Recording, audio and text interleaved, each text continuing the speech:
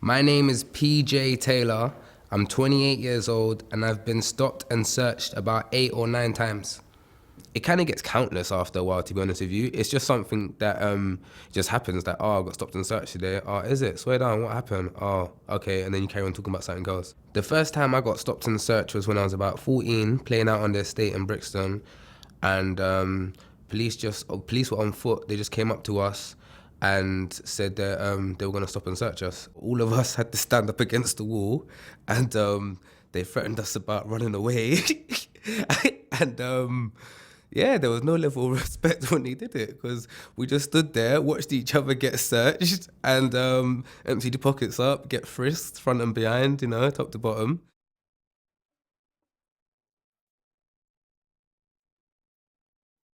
Nothing was explained to us. They just done it because, like I said, we're 14-year-old. We looked vulnerable. We're just playing out. So how I felt at the time was just scared. I hope I don't get in trouble by my mum because I want to come out and play out tomorrow after school. My name's Shenin Amara, I'm 32, and I've been stopped and searched at least 20 to 30 times in my life.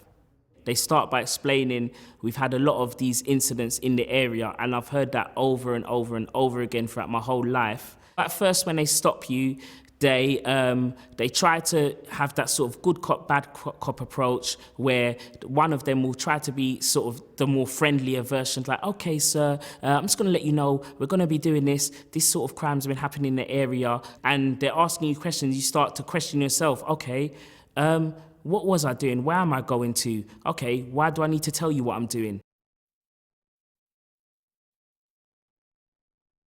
My name's Raspek Firebingi.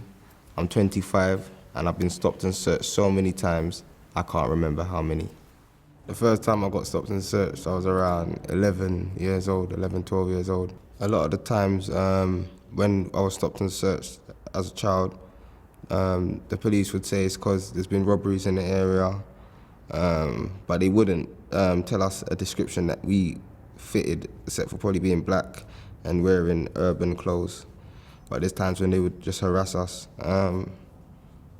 strip search in the back of the van, touching certain places that they're not really, which they're legally, now I understand they're not legally allowed to do. So they used to really take advantage of our lack of knowledge on the law, and a lot of us just thought because they're police, they're allowed to do anything they want.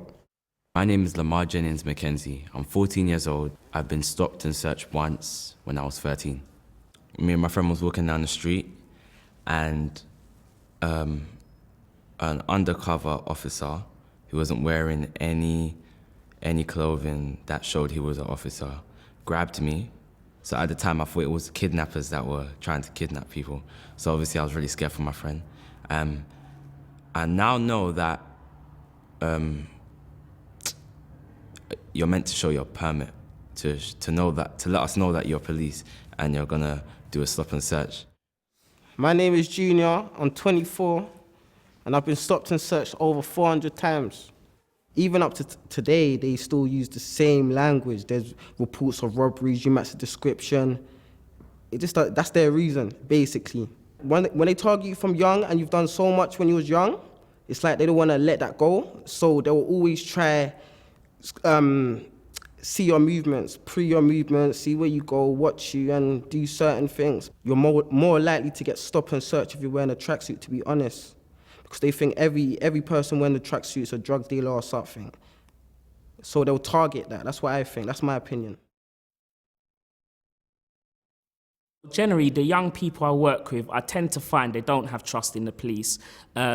Even where it's mostly the males that are getting stopped and searched, the girls will tell me about, how they see their boyfriends or brothers, etc., siblings getting stopped.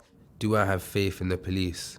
Now, I'm gonna say, yeah, I do have faith in the police, because not all police are, insert aggressive word here, but they are actually doing their jobs, and they are cool ones and they know how to deal with it. But a lot of officers are not trained on how to deal with human beings.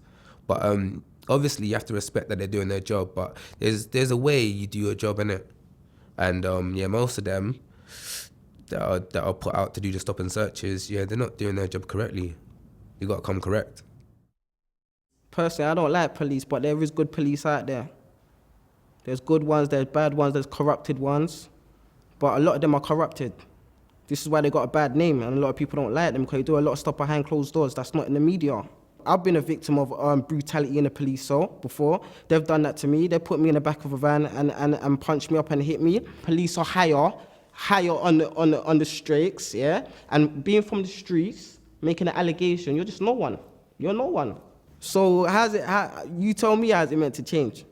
I don't know where they get it from, but in their mind, as soon as they see a black man or a black boy, they think he's a criminal and he's gonna hurt me, he's gonna hurt somebody. So instantly they start defending themselves for something that they don't even need to defend themselves from, because we're not gonna hurt you. We're just trying to get along with our day. We're just trying to live our lives, get back home like how you're trying to get back home. Anytime I see police, I get a uncomfortable feeling. Never comfortable with the uniform, with the car, like just not comfortable. Like I just know that they're not here to protect and serve me. They're not here to work for me. They've got no interest in me as far as I'm concerned. If the police officers are wearing body cams and the body cams are active and they can't turn them on or off, I'd feel a little bit safer, because right now the police can control their own body cams. So if they really want to do something, then it doesn't have to be filmed. I'm just hoping that my phone's got battery and I've got something that can maybe protect me, because I can go live and they might not be able to do as much as they could just me on the roads. And they say if they brutalize me and then I'm saying, yeah, this officer done this and the officer's saying this, I know in a court of law, unless I've got camera evidence, his word's always gonna be taken over mine.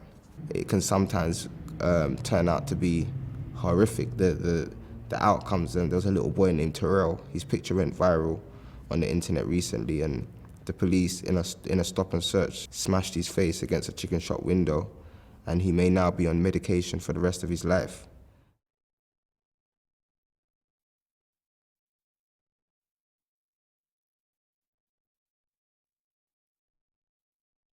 What there needs to be more projects to give people, the youth, ambition. If you're not gonna play sport or do music, then it's looking kind of less hopeful for you on ends, isn't it? But there's so much more than that. I feel like investing in the youth, investing in their future, that is the key, you know what I'm saying, rather than just random stop and searches, because I feel like stop and search itself, it doesn't actually deal with the issue of knife crime, because knife crime it's a mentality issue. I don't think nothing's gonna work, to be honest.